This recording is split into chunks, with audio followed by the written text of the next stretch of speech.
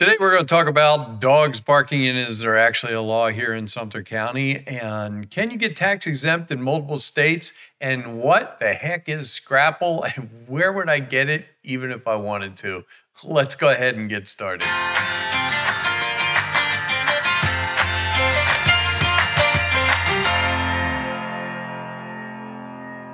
Hi everybody, how you doing? And welcome. My name is Rusty Nelson and welcome to the channel. I am back down in the Villages here in Florida. And thank you so much. A lot of people, I know I haven't been on for a while, but a lot of people stopped me once I got down there and say, hey, what happened to you? I got emails from people and everything else. No, I just took a break and I've actually been out shooting a lot of stuff. To tell you the truth, Gloria came down from Kennett Square, Pennsylvania to visit for the first time, and we had a chance to go do some fun stuff over at the spa, the hotel and spa, and I kind of recorded that whole thing and some fun dinner stuff, and I'm putting that together, so make sure you subscribe. Also, we went kayaking over in Silver Springs, and I'll go ahead and show that to you in a different video, and I got some other fun stuff to do, and I'm kind of piecing those all together. But today we're going to do question and answers. So let's go ahead and get to it, and we'll start out with the first question. Here we go. The first question is my question. You know, as I live here, I start to pile up my own questions, and one of those questions was, can I get any of the food that I like from Philadelphia at the local stores? So here I go to answer my own question. I am on my way to pickleball and I'm outside of Publix. And this is the Publix that is over by Rohan. And I am in search of two things: Scrapple and Taylor's Pork Roll. Now, if you're from Philly, you definitely know what Taylor's Pork Roll and Scrapple is. And me being from around Philly, in the Jersey area, I'm going in. So here we go.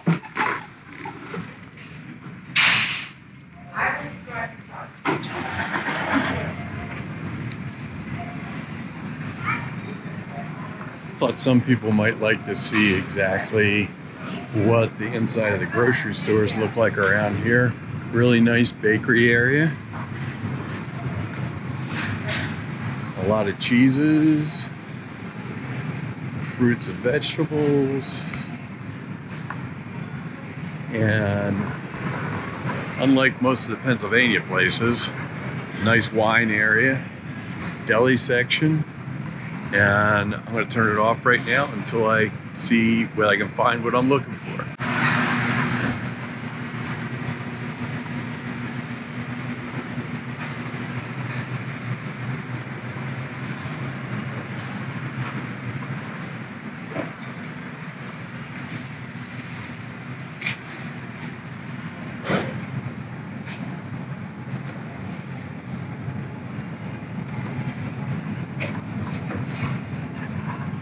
As you can see, really nice fish and meat section.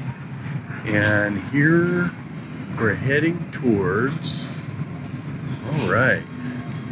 And here they have Taylor's Pork Roll. And I know usually they have also the round where you have to actually slice it too. So they do have Taylor's Pork Roll. And I do know, you know, something that kind of looks like this, except it's Taylor's Pork Roll. And now we're going to go search for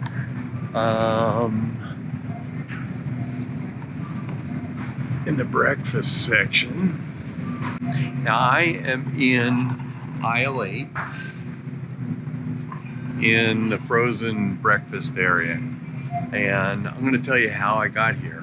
They'll actually, at the service area, if you want to request something that's not here, you can fill out a form and they will actually go try to hunt it down for you. Now, I did that with Scrapple, and it was like 5, 6 days, 7 days, it's gone a week, and I'm thinking, okay, they're never going to call me. And all of a sudden I get this phone call, and the woman goes, check out in the frozen area in aisle 8. So that's what I did. And lo and behold, there it is, Scrapple. And they not only have the regular Scrapple, Philadelphia favorite, but they also have beef Scrapple. And you probably don't want to, well, it's $3.99 right now, which actually isn't too bad. And you probably don't want to ask what Scrapple is, but it's a pretty good breakfast thing, and I absolutely love it. So I guess if you have things that you want to look for that come from your area, go ahead and put them down in the comments, because I'm kind of curious what they are and see whether you've found them at the Publix or the Winn-Dixies around here. And anyway, I thought that was kind of fun and something that we can all learn from. Here we go. Now, if you've watched this channel, you know I don't rant too much. But this time, I'm going to do a little bit of ranting. And before I get started on this, let me clarify one thing. I am not an animal hater. In fact, when I lived in California, I was a huge supporter of the SPCA, both physically and monetarily. I sponsored, along with some of the biggest names, if you think about it, like Coke or Pepsi, I think. And my name was on the back of the t-shirt they sold to everybody. So I sponsored that. I also shoveled crap at the SPCA. I volunteered to walk dogs and sadly took dogs out on their last walk before they were put to sleep. And so I've been the thing. I used to train dogs. So I love animals. But here's the thing is, if you have an animal, you have to take care of it. And part of that is being responsible to your neighbors. So the other day I saw on a forum where a person actually got bit at a dog park now in the Villages. And remember, this is one-sided. So I only read the one side of it, the reporting of it.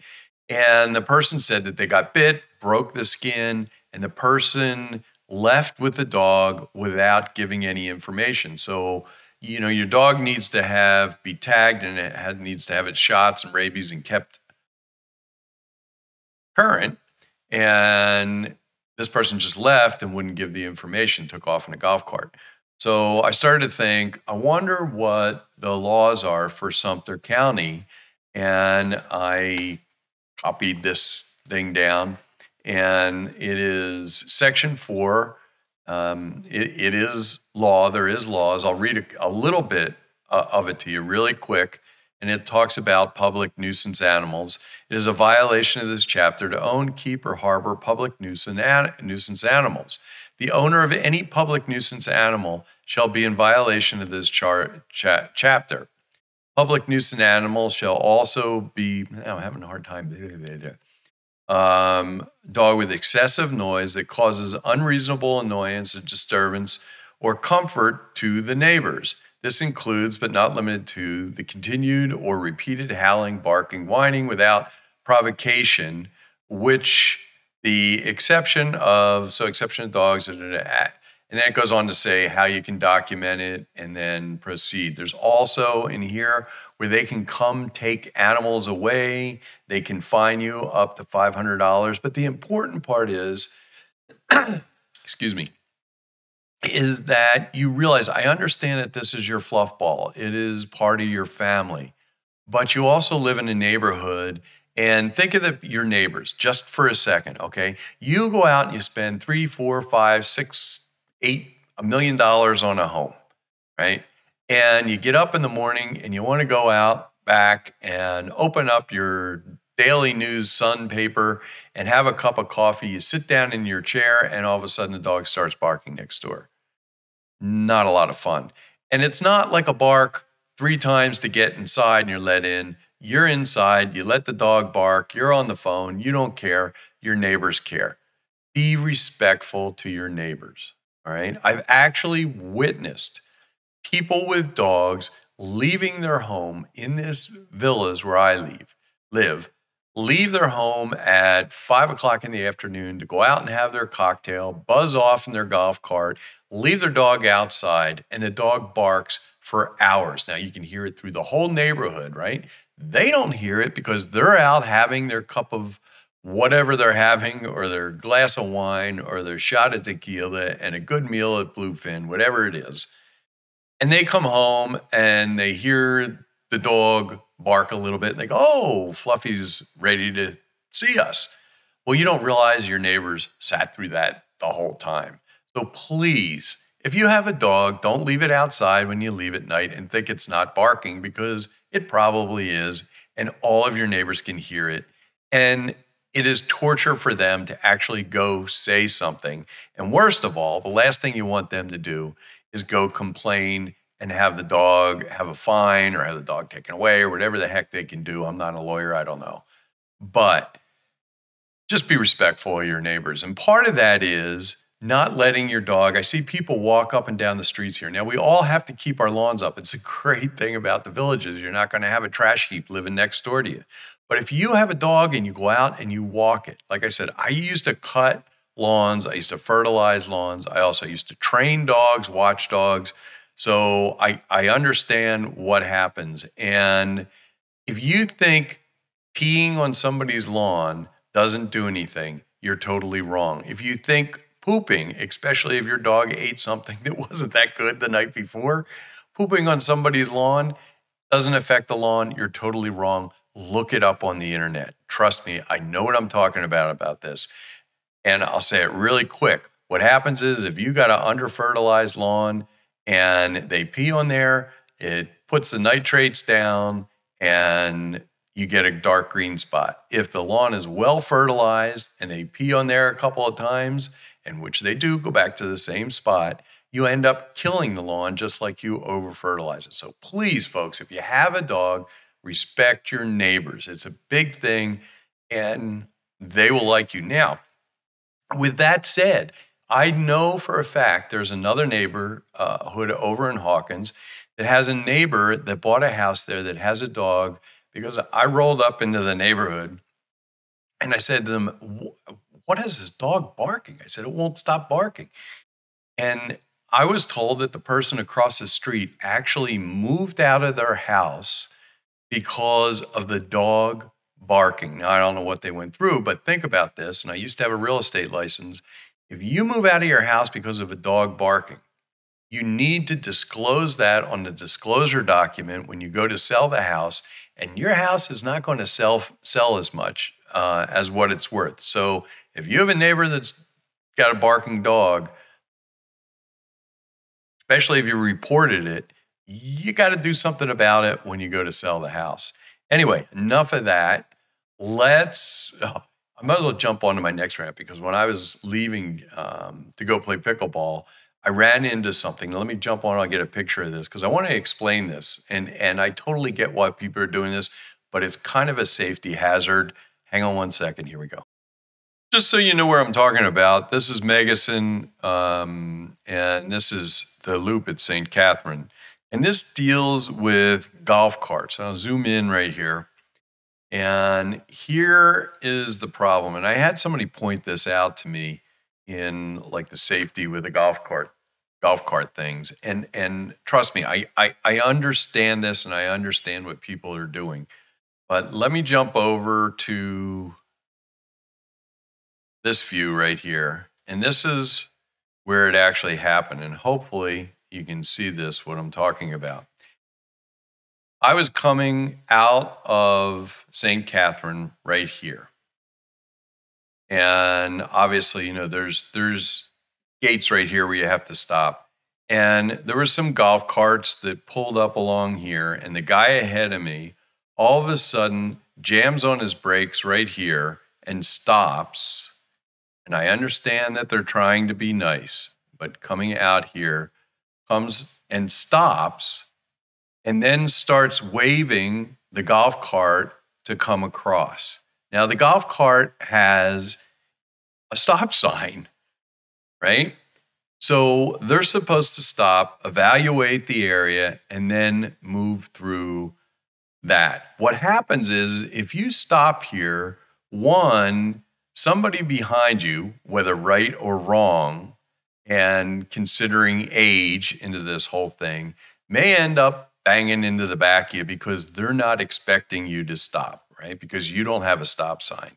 This golf cart has a stop sign. The other thing that can happen that was pointed out to me is you have people that are coming through the gates out here and then accelerate coming into St. Catherine.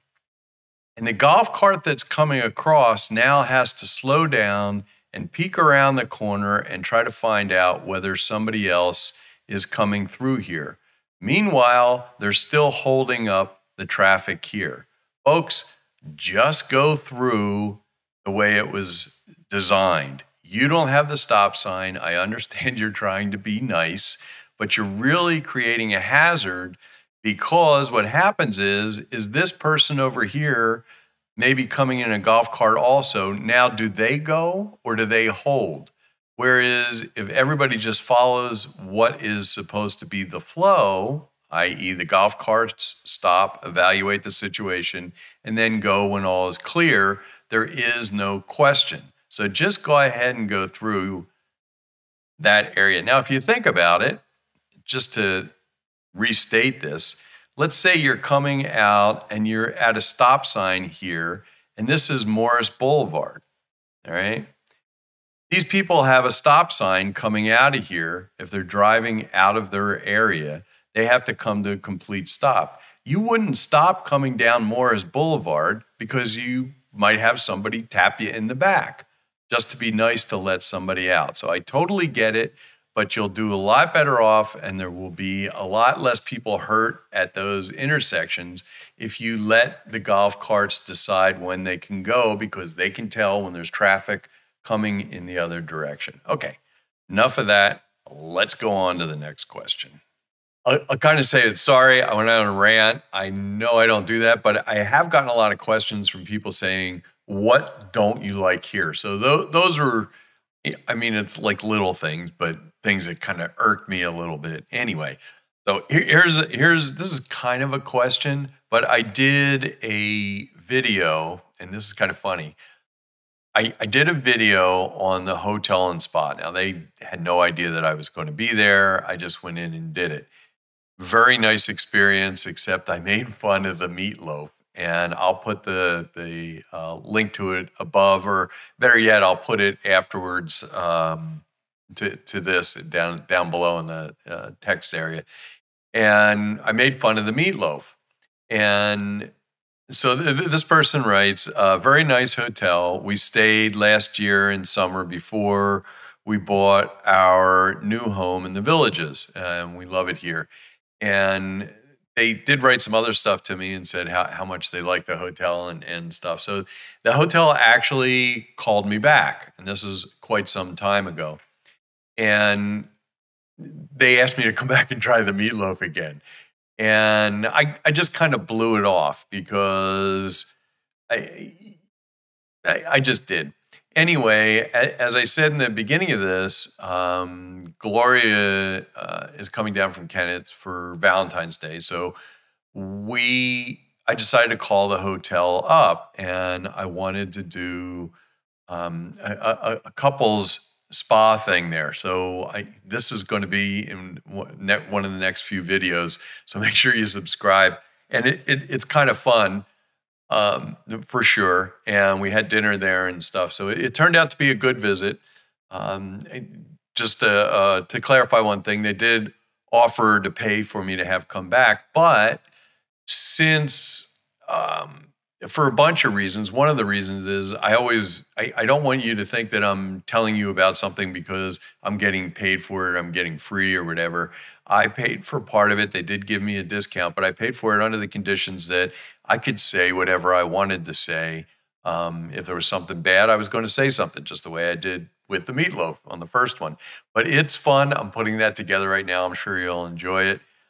If you're talking about coming down, I've got a few questions on this too. If you're talking about coming down here and you can't get booked for a lifestyle per se, it's a great place to stay. Now, you won't get a golf cart, but you can still stay there. It's a really nice stay there. And you can still talk to one of the agents or one of the MLS agents, either one, the Villages. And the Village Agents will still take care of you and take you around. And once again, I say it is low pressure. So go ahead and do it if you want to stay for the weekend. Anyway, let's jump on to the next question. Betsy writes, congratulations on a new beautiful home. Sadly, the closet could never handle my 80 plus dresses along with the jeans, shorts, tops, shoes, skirts, blah, blah, blah, blah. So here's Betsy. And for those of you that are thinking about coming down here, when I walked into this home, and I think I show it on this, this video, and I'll put all these links to these different videos down below. You don't use, or at least I don't. And a lot of people that I've talked to say, God, I just don't use my clothes. And so I got a bedroom in there. And when I walked through this house, the first thing I looked at, I went, oh my God, the closet space is so small. I mean, there's like one walk-in closet that's small. I mean, I look at it, I thought, oh my God, this is so small. I'm never going to be able to fit all my stuff in there. Well, the thing is that when you're down here, you just don't use the type of clothes. If you're from Indiana or Maine or Philly, like I am, those clothes just disappear. And so I bought a nice chest of drawers that you'll see in the video. And I don't even have any of my clothes. I have nothing in that chest of drawers in the bureau. Nothing. And it's in my closet, and I still got plenty of room. I got just a few warm weather clothes and some other stuff. And then the rest is t-shirts and shorts and polo shirts. And I have plenty of room. And so anyway, that's something to think about. When you come down here, you buy a house here, you're just not going to use that space or utilize that space. You may need just a little bit of winter clothes, but that's it. So something to think about on your way down here. Let's jump into the next question. You know, I have to remind myself that I've been down here for a while, and a lot of people are, not in a bad way, but totally naive to everything that goes on here. So some of the questions that I get, I kind of go, why are you asking that? Being down here, I've come used to the fact that people are really generally friendly. I mean, everybody is pretty much inclusive on everything. And people that are outside, quote, the bubble, don't quite get that. And so some of the questions I get, I just kind of went, I wonder why they're asking that. And this is one of those questions. And I think maybe the next one I'll throw in, you'll get what I mean.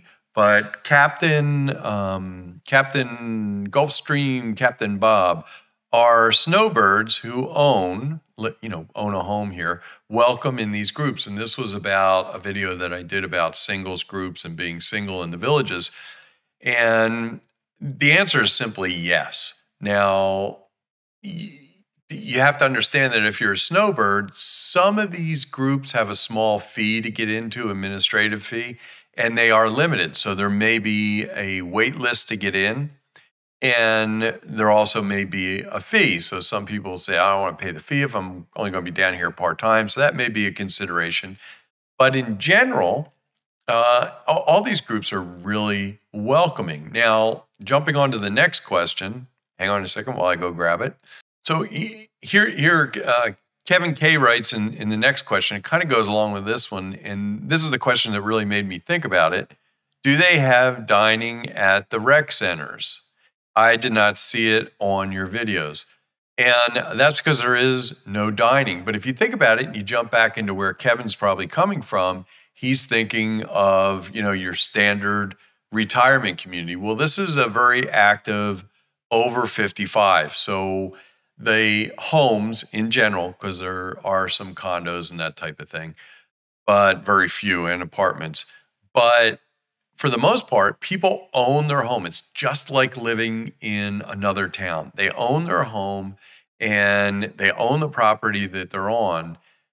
You just have these amenities of the rec centers. So if you want to dine, you're going to go dine at a restaurant just the way you would if you lived in Abington, Pennsylvania, or Chicago or whatever. You just go out to dine. The rec centers are basically meeting places, places to gather, places to have functions. You can rent them out, so on and so on. So there is no real dining. You can have stuff catered if you have an event there. You can bring, I call them warming rooms. If you look at some of the other videos, warming rooms for the rec centers. In fact, I did a 3-part series on the rec centers, and that's what Kevin's talking about. So there is no dining per se at the rec centers. Here we go. Next question. The next question is kind of multi-part, and I'll jump into the next because they're kind of both sort of the same. But Betsy writes, and she's probably like a lot of people out there. Thanks for great videos, Rusty. I'm looking to retire to a 55 community, hopefully closer to Disney when I turn 63. Well, congratulations. And yeah, congratulations on retiring. And I know it can be a confusing time. I know there are singles groups in the villages, and I did some videos on those. Have they been functioning during the pandemic? And these singles groups, would it be a great way to meet people? The answer is yes and yes. Florida, the villages, has pretty much always been open. If you want to wear a mask, go ahead. I've been to a lot of the singles functions, and there's basically no masks. And so that's, whatever your belief is, that's fine. But you can definitely meet people. Now, let me explain something. Just because you move to the villages, the light's not going to come on. You're going to have this great life if you go sit in your house. You've got to go out and shake hands. You're going to be hit and miss as anywhere in the country, any city you move into in the country. And the villages is no different, except for everything's very concentrated here, and there's over 3,000 groups. So if you want, you can start at the top of the list, go to the groups and shake hands and meet people. There's gatherings, but you have to do your research, and you have to go out, like I said, shake hands and be part of that group. And you'll eventually find your niche and what makes you feel comfortable, how much you want to stay at home, how much you want to go out, so on and so on. Now, for the Disney stuff, let me show you. As I said many times, there's like over 3,000 groups, and I actually had to go look this up, but I do remember when I did the SantaCon thing, or the Santa Parade, 2 different things, but the Santa Parade, there was actually the Goofy group and the Disney group. Now let me see whether I can get these guys up here real quick. All right, here we go. These are the 2 groups that I could find, and there's Mickey's Fanatics. And both these you can look up on the internet. Mickey's Fanatics, and you can see they have bus trips. And I'm not going to jump into the site, but you can definitely see they are Disney Fanatics. And then there's also Goofy, the Goofy Villagers. And I remember seeing these guys at the parade, and it looks like they do a lot of things, but you can get in touch with them. There you go, Christmas Party, TV the Villages, Xmas, and Goofy and the Villagers. So like I said, there's a lot of groups that you can become a part of. And if there isn't one, go ahead and start one yourself. On to the next question, which kind of is sort of along the same lines as this. Next question is from Angela, and this goes back to the same thing as can you eat in the rec centers and those type of questions. And Angela writes, are you allowed to have motorcycles in the villages, and are there any groups? Well, like I keep saying, there's a group for just about anything, and if there isn't, go ahead and create one. So I had to do a little research because I hadn't investigated it. Even though I have 2 Harleys myself, I haven't brought them down because they are very loud, and I'm kind of afraid that I'm going to tick my neighbors off. So along the lines of the barking dogs, I want to be a little considerate. But I found there's 2, I think 2 riding clubs, the Nomads and the Goldwings. And I'm going to play, and through this research, I found this video that was put together by the villages. Now, it's old. It's probably 8, 9, 10 years old, which is kind of fun. But I think it kind of gives the idea of what the groups are like. Here goes. I'm going to play this. Let's jump right into it. It becomes more of a family than just a club. I never had the opportunity to ride motorcycles when I was working. I just didn't have the time. What I would say is that there's a common thread between the Nomads and the Goldwings. That is, we all live to ride and we ride to eat. I wish we had moved here 10 years ago because we are having so much fun and never thought we would be riding on a motorcycle with a large group and, you know, just enjoying ourselves as much as we are. We're very safety conscious. Our motto is ride safe and always ride with pride. The common grounds, the flowers, and the trees, and the waterfalls, and the lakes, golf courses, it's just a beautiful place to be. Now, I think there's two different clubs, the Nomads and the Goldwings, and this is the website for the Nomads. So you can go on the internet and look this up, but you can see they're already planning a ride for, I guess, the next meeting ride, whatever, is March 7th, 2022. So that's a couple weeks away. And those are the two groups I know of, the Goldwings and the Nomads. I couldn't find a group to ride skateboards. Is about the only thing, but I'm sure, I think there's ones for segways and golf carts and all kinds of other things if you're into that type of riding thing. But Angela also writes, I guess it's the same person, so you can get a tax exemption in only one state. Now let me explain what she's asking about, and that's your homestead exemption, because you can get, among other things, so watch my information, the video on taxes, bonds. It's very informative, covers a lot. And I will say right now, I am not a tax attorney. I'm not an attorney. I'm not an accountant. I don't work for the Villages. And don't listen to a word I say. How's that for a disclaimer? But you can go back and watch those videos. But what she's talking about is up to $50,000 tax homestead exemption. So in other words, when you move here and you move here permanently, you can claim a homestead exemption of up to not $50,000, but on $50,000 of your taxes as part of an exemption. Now, part of that is you have to read this. $25,000 includes the homestead exemption plus school board taxes, and the other $25,000 doesn't include the school board taxes. And to answer somebody else's question from a prior one, the reason is because the school board taxes on that other $25,000 are for local, and this homestead exemption is for states. But the thing is, folks, you have to apply for this. It doesn't happen automatically.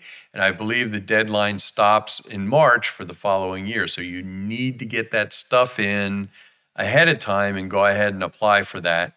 And that is, I did that someplace in another video. I'll try to find it.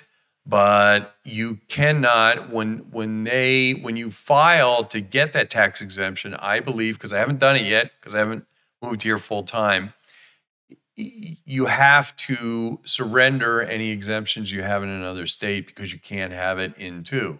Now, that's my knowledge. If I'm wrong, please somebody correct me. And I think that covers that question. Now, I got this question, which has to do with some of my equipment. Here it is. I actually just had to cut out because I had like a sneezing, coughing fit. I'll put it at the end. You'll see that things don't always go as planned. Anyway, Dave wrote, what type of drone do you use? That your video seems to be pretty crystal clear. I'll flash up a picture here of the video off of YouTube.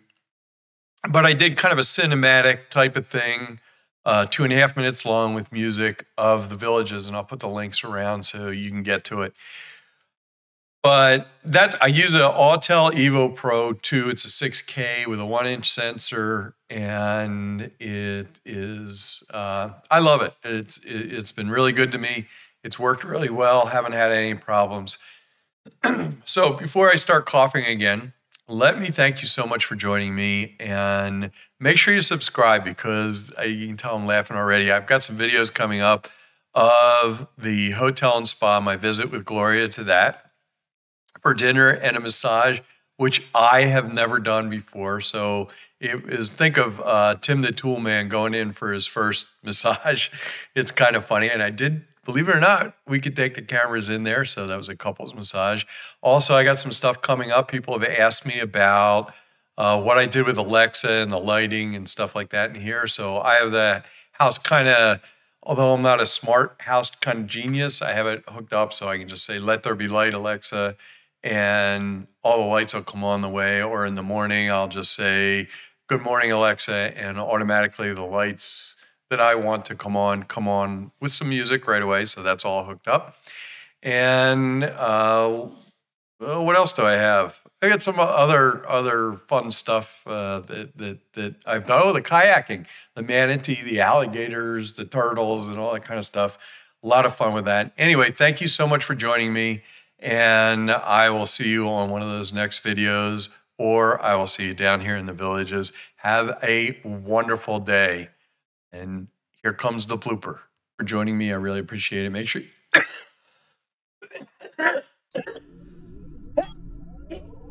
Ew. Woo.